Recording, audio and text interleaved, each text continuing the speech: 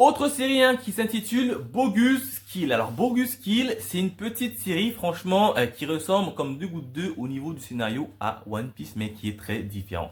Alors au niveau du scénario, c'est quoi? Ce sont vies dans un monde, si vous préférez, où il y a des fruits. Et ben ces certains fruits donnent des pouvoirs spécifiques à ceux qui en mangent. Et comme dans One Piece, on peut manger qu'un seul et unique fruit. Sauf que voilà, t'as un gars qui est capable d'assimiler autant de fruits qu'il veut et à chaque fois de se doter d'autant de pouvoir que les fruits lui rapportent. Donc voilà à peu près le speech de départ. Donc vous voyez, hein, c'est assez similaire à One Piece. Je me suis dit, pourquoi pas, on va tester la série, etc.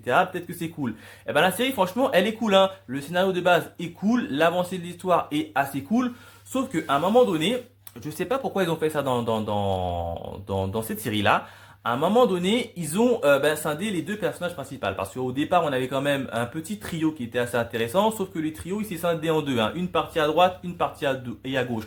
Et du coup, dans la première partie, on a suivi notre personnage principal avec son aventure unique. Et dans l'autre partie, on a suivi le deuxième personnage principal avec son aventure unique. C'est vraiment dommage.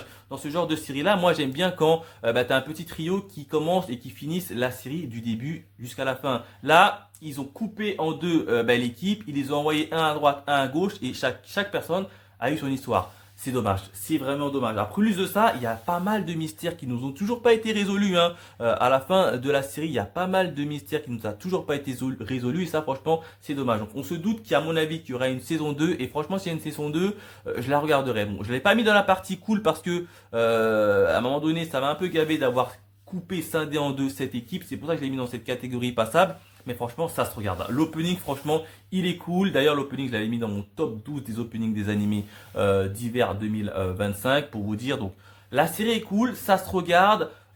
C'est plutôt bien travaillé. Bon, alors, il y a beaucoup de ressemblances à One Piece. Oui, c'est vrai, certes. Mais c'est pas catastrophique. Donc, c'est pour ça que j'ai décidé de le mettre dans la catégorie passable.